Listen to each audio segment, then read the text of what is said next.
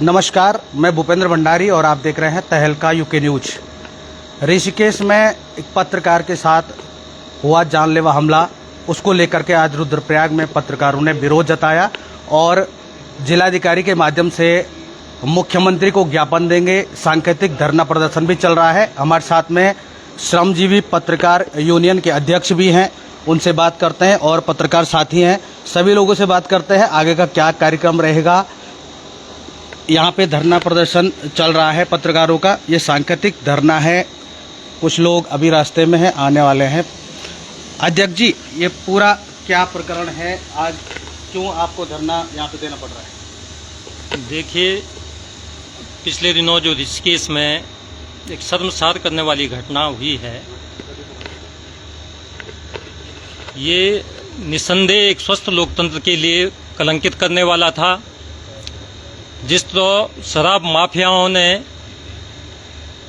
एक पत्रकार पे हमला करके उसको लहूलुहान किया,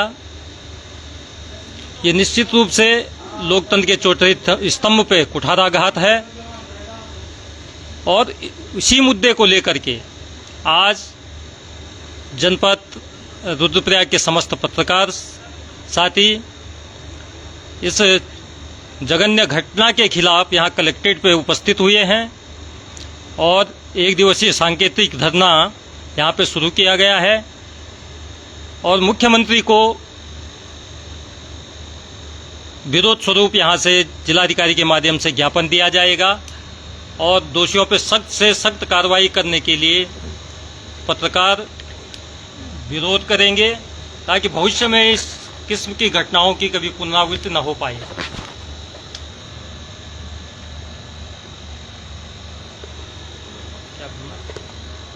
आगे का जो कार्यक्रम रहेगा ये क्या रहेगा, कितनी देर तक यहाँ पे धरना होने वाला है? नहीं, आज सभी लोगों ने तय किया, हमारे साथियों ने, कि सांकेतिक धरना ये रहेगा और जिलाधिकारी जी यहाँ पे आएंगे और उनके मार्फत हम मुख्यमंत्री जी को ज्ञापन देंगे दोषियों पे सख्त कार्रवाई के लिए।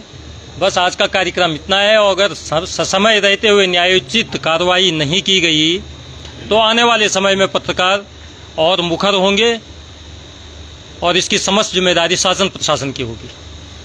हमारे साथ और लोग भी हैं, नौटियाल जी हैं, नौटियाल जी से पूछते हैं सर आगे क्या कार्यक्रम रहेगा, क्योंकि ये बड़ा एक जघन्य अपराध है। एक पत्रकार साथी पर हमारे इस प्रकार का हमला किया जाता है, जानलेवा हमला किया जाता है और उसके बाद वहाँ पर पुलिस भी मौजूद थी, पुलिस पर भी कई सवाल उठ रहे हैं।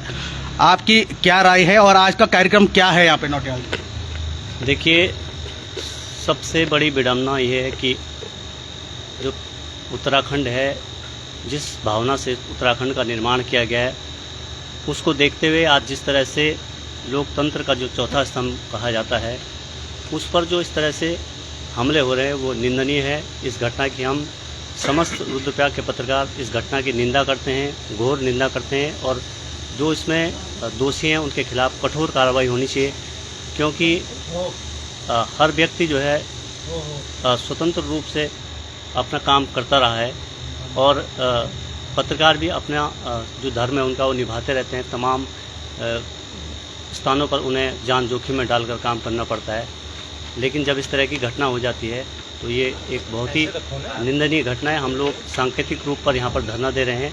इसके बाद मुख्यमंत्री को जिलाधिकारी के माध्यम से ज्ञापन दिया जाएगा और संपूर्ण रुद्रप्रयाग के पत्रकार इस घटना की घोर निंदा करते हैं और हम आज सांकेतिक धरना दे रहे हैं और यदि इसके बाद भी इस पर कार्रवाई नहीं होती है तो सभी पत्रकार मिलकर इसको एक बड़े आंदोलन के रूप में हम यहाँ पर आयोजित करेंगे।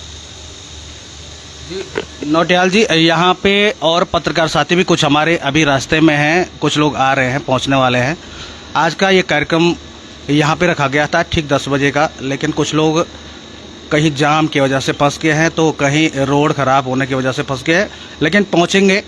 हमारे साथ नेगी जी हैं, सत्यपाल नेगी जी, इनसे पूछते हैं कि यहाँ पे जो धरना प्रदर्शन आज पत्रकारों को देना पड़ा, मुझे लगता है कि बहुत कम ही ऐसे मौके होते हैं कि जब पत्रकार धरना करते हैं।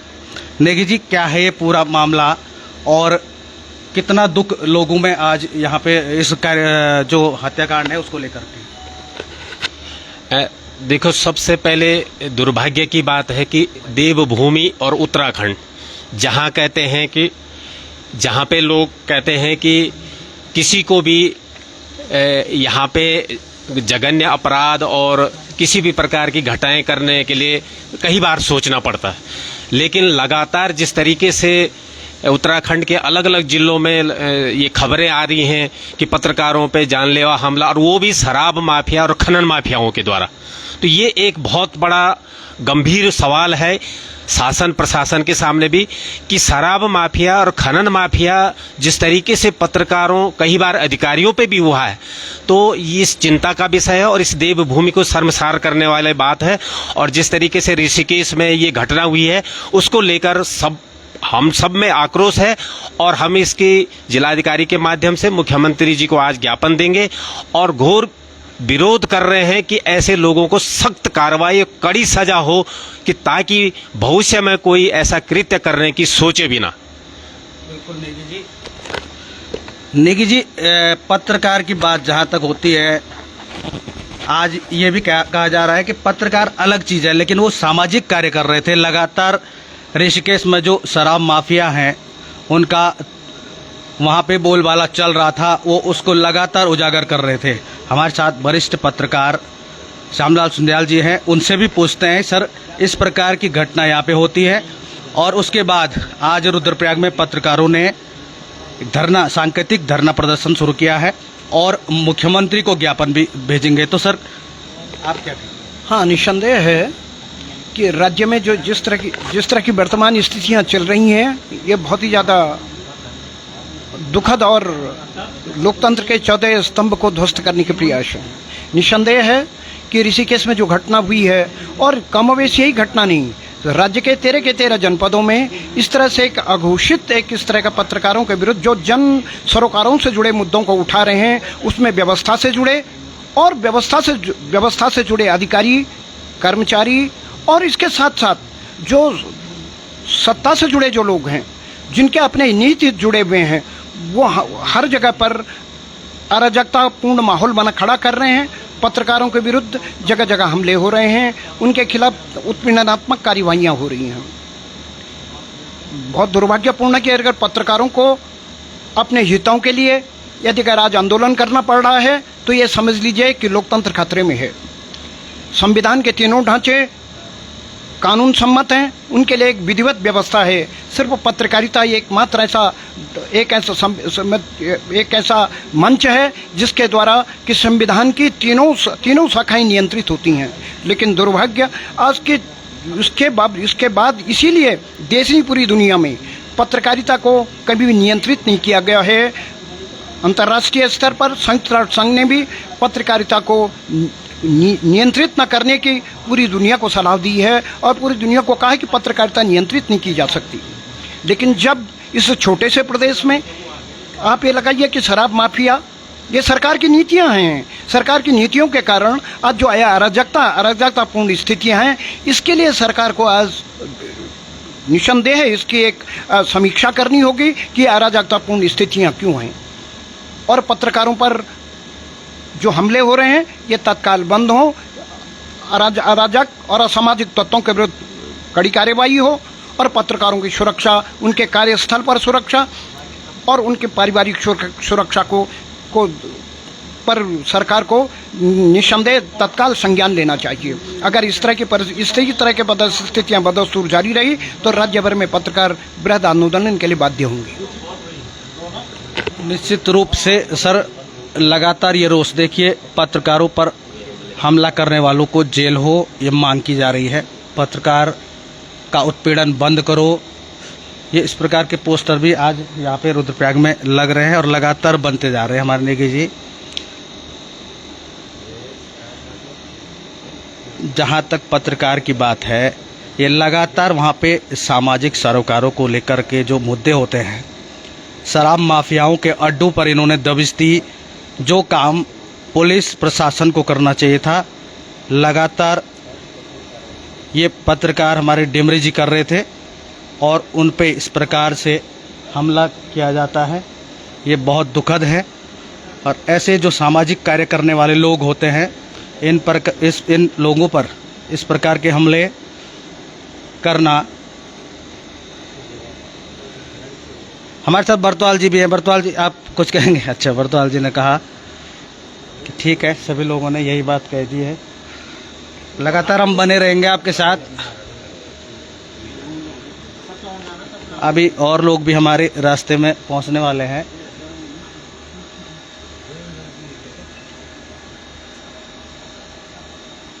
तो उसके बाद फिर हम आपको लाइव दिखाएंगे कि आगे डीएम साहब के माध्यम से एक ज्ञापन मुख्यमंत्री को भेजा जाएगा। लेकिन आज निंदा जरूर इस मामले को लेकर के हो रही है। कल एम्स में रेफर का मामला भी चल रहा, नहीं, डिस्चार्ज का मामला भी चल रहा था कि इन्हें डिस्चार्ज कर दिया गया है, जबकि उनको बहुत चोटें आई हैं। उस पर भी वहाँ पर गणेश गोदियाल जी पहुँचे। उसके बाद फिर उनको एडमिट किया गया।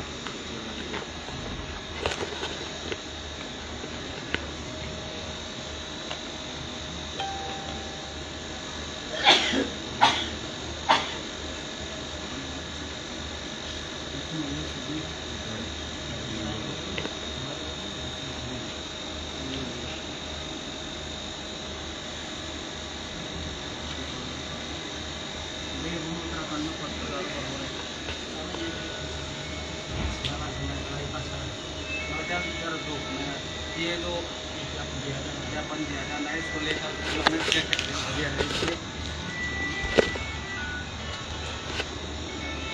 अध्यक्ष जी, आप ही सुनाएं क्या इसमें लिखा गया है और डीएम साहब को आप क्या ये ज्ञापन देने वाले हैं? बस ये जो ऋषिकेश की जो घटना हुई है और उससे इतर दूसरी घटनाएं इससे पहले भी व्यवस्थागत ढंग से हल्द्वानी में लोकतंत्र के चौथे स्तंभ को दबाने का प्रयास किया गया। उनकी आवाज़ को दबाने का जो प्रयास व्यवस्था द्वारा किया गया, भले ही मुख्यमंत्री के हस्तक्षेप के बाद वो मामला शांत हुआ हो, लेकिन ये स्वस्थ लोकतंत्र के लिए कतई ये असहनीय है और ये गंभीर मामले हैं। इन दोनों बिंदुओं को लेकर के यहाँ पे धरना है उत्तराखंड, और ये ज्ञापन आज मुख्यमंत्री को दिया जाएगा, जिसमें समस्त पत्रकार साथियों की पीड़ा है कि उत्तराखंड में लोकतंत्र के चौथे स्तंभ पर हो रहे जानलेवा हमलों एवं व्यवस्था द्वारा उत्पीड़नात्मक कार्रवाई की मीडिया जगत निंदा करता है। इस केस में पत्रकार योगेश डिमरी पर शराब माफियाओं द्वारा जानलेवा हमला व पिछले दिनों व्यवस्था द्वारा हल्द्वानी में पत्रकार उत्पीड़न की घटना लोकतंत्र को शर्मसार करने वाली है। बेखौफ माफियाओं की खुली दादागिरी प्रदेश में गिरती कानून व्यवस्था के लिए चिंता का विषय बना हुआ है। तो मुख्यमंत्री जी को संबोधित ये ज्ञापन है और मुख्यमंत्री माननीय पुष्कर सिंह धामी जी से समस्त पत्रकार जगत मांग करता है कि संबंधित मामले में त्वरित कार्रवाई की जाए और हमारे जो पत्रकार साथी जो गंभीर रूप से घायल हुए हैं उनको न्याय दिलाएं। और अगर इस कंडीशन, अगर इस तरह से पत्रकारों का उत्पीड़न होता रहेगा, उनकी सुनवाई नहीं होगी, लोकतंत्र के चौथे स्तंभ पे अगर इस तरह से उत्पीड़न होता रहेगा तो पत्रकार व्यापक जन आंदोलन के लिए बाध्य होंगे। जी जरूर, जी बिल्कुल सर। चमोली जी, लगभग सभी जिलों से पत्रकारों ने कल भी कुछ डीएम के माध्यम से सीएम को ज्ञापन दिया है, आज हमारे रुद्रप्रयाग से भी दिया है। चमोली में भी ऐसे बहुत सारी तहसीलों के माध्यम से मुख्यमंत्री को ज्ञापन दिया गया है। सभी पत्रकारों में रोष है, आम जनता में भी रोष है। कल ऋषिकेश में आपने देखा होगा क्या हुजूम था। स्थानीय लोग अब बढ़ चढ़ करके आगे बढ़ रहे हैं। इस प्रकार के जो मामले आ रहे हैं ये निसंदेह गलत तो है ही। और जो शराब माफिया है, दुकानें खुली हैं, जगह जगह दुकानें शराब की खुली हुई हैं, वहाँ से शराब ले जाए, लेकिन घरों से ऋषिकेश जैसी नगरी में, अब हमारे केदारनाथ में भी कई मामले ऐसे आ जाते हैं कि शराब केदारनाथ में पहुँच रही है। तो इस प्रकार के मामले नहीं होने चाहिए। हमारे साथ नेगी जी, सभी जिलों में पत्रकारों ने आज कल भी और आज भी इस प्रकार का एक सांकेतिक धरना प्रदर्शन किया और उसके बाद मुख्यमंत्री जी को ज्ञापन भेजा। क्या है आगे और जिलों में आपके पत्रकारों से वार्ता हुई होगी? देखो, लगातार जिस तरीके से पूरे उत्तराखंड में पत्रकारों ने लगातार 2 दिनों से धरने में है और मुख्यमंत्री सरकार से मांग कर रहे हैं कि ऐसे जघन्य अपराध करने वालों पर कड़ी कार्रवाई होनी चाहिए। और मुझे लगता है कि सरकार को भी गंभीर सोचना होगा, क्योंकि यहाँ पे किसी तरीके की कोई राजनीतिक मंच नहीं होता है। ये केवल एक अपराध को पनाह देने का सवाल है। अगर अपराधियों को इस तरीके का पनाह दिया जाता रहेगा तो अपराधियों के हौसले बुलंद होंगे, और जो हमारी उत्तराखंड शांत वादियां हैं यहाँ पे लोगों के हौसले बुलंद होते रहेंगे। और यही समय है अब, जब आप सरकार अपनी उपलब्धियों को दिखाने के लिए जब पत्रकारों के सामने आती है और पत्रकारों से कहते हैं कि जन जन तक हमारी उपलब्धियों को दिखाओ, तो आज आपके सामने सवाल छोड़ रहे हैं कि क्या इस तरीके के अपराध के बाद क्या पत्रकार आपका साथ देंगे। और आप ही नहीं, आने वाली जितनी भी सरकारें उनके सामने ये घटनाएं होती चली जाएंगी। तो इसलिए अंकुश लगना बहुत जरूरी है। और अगर इस तरीके से जल्द कार्रवाई नहीं होती है, और मुझे तो लगता है कि जैसे यूपी में है कि ऐसे लोगों के तो बुलडोजर चल जाने चाहिए। बुलडोजर चलेंगे तो इनके हौसले क्या, इनकी जो पनपने वाली पीढ़ी है उसके भी कभी हौसले बुलंद नहीं होंगे। और मुख्यमंत्री से हम दोबारा मांग कर रहे हैं, रुद्रप्रयाग के सारे पत्रकार हमारे बंधु हैं, हम मांग कर रहे हैं कि जल्द से जल्द कठोर से कठोर कार्रवाई ऐसे लोगों पे होनी चाहिए। बिल्कुल नेगी जी, आज और हमारे साथी पहुंच चुके हैं जो यहाँ पे धरना प्रदर्शन, सांकेतिक जो धरना प्रदर्शन है, हमारे नेगी जी है, हरेंद्र नेगी जी जी न्यूज से है। नेगी जी, कितना गुस्सा है आज?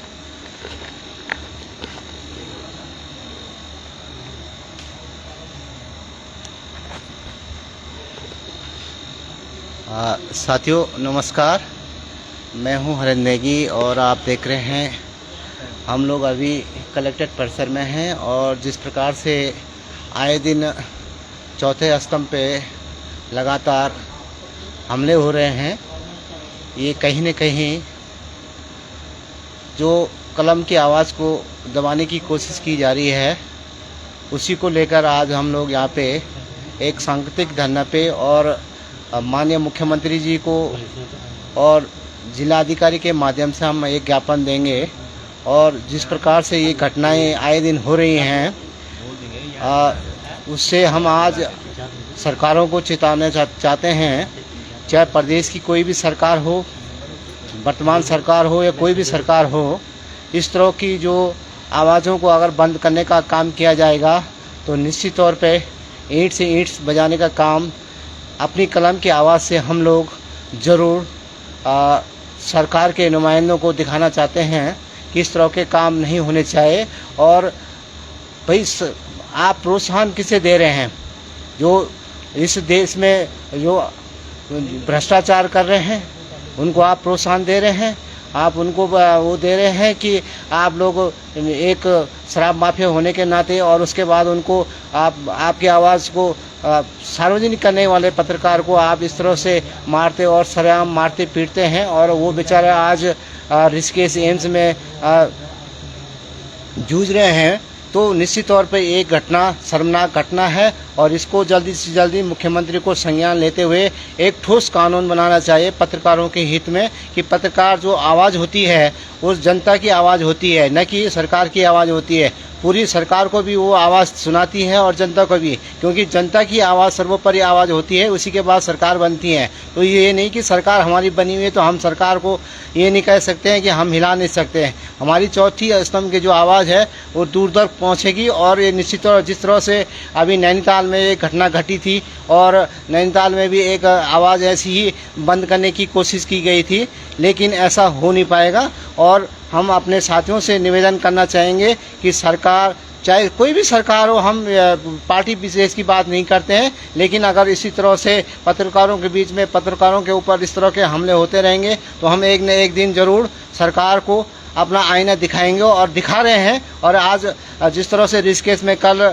पत्रकार लोगों ने एक सामूहिक रूप से एक धरना प्रदर्शन किया और आंदोलन किया, उसी की आवाज़ को लेकर हम लोग भी जिला पत्रकार रुद्रप्रयाग के जितने पत्रकार साथी हैं पूरे जनपद के सब लोग यहाँ पे बैठे हुए हैं और ये आवाज़ एक मुख्यमंत्री तक हम जिलाधिकारी के माध्यम से ज्ञापन भेज रहे हैं और जल्दी मुख्यमंत्री को इसका संज्ञान लेना होगा। आगे हमारे साथ और भी हैं, उन्हीं से बात करते हैं। अरुण नेगी जी, जो पत्रकारों की आवाज़ है उसको लगातार दबाने का काम किया जा रहा है और जो माफिया हैं, जो शराब माफिया हैं, खनन माफिया हैं, उनके हौसले बुलंद किए जा रहे हैं। हमारे साथ और लोग भी आएंगे। अभी कुछ लोग रास्ते में जाम की वजह से फंस गए हैं, लेकिन सभी पत्रकार जितने भी जनपद में हैं सभी यहाँ पहुँचने वाले हैं और डीएम के माध्यम से मुख्यमंत्री को ज्ञापन भेजा जाना है। आगे की क्या कार्रवाई रहेगी थोड़ी देर में आप लोगों को फिर लाइव आएंगे और उसके बाद बताएंगे। तब तक के लिए नमस्कार।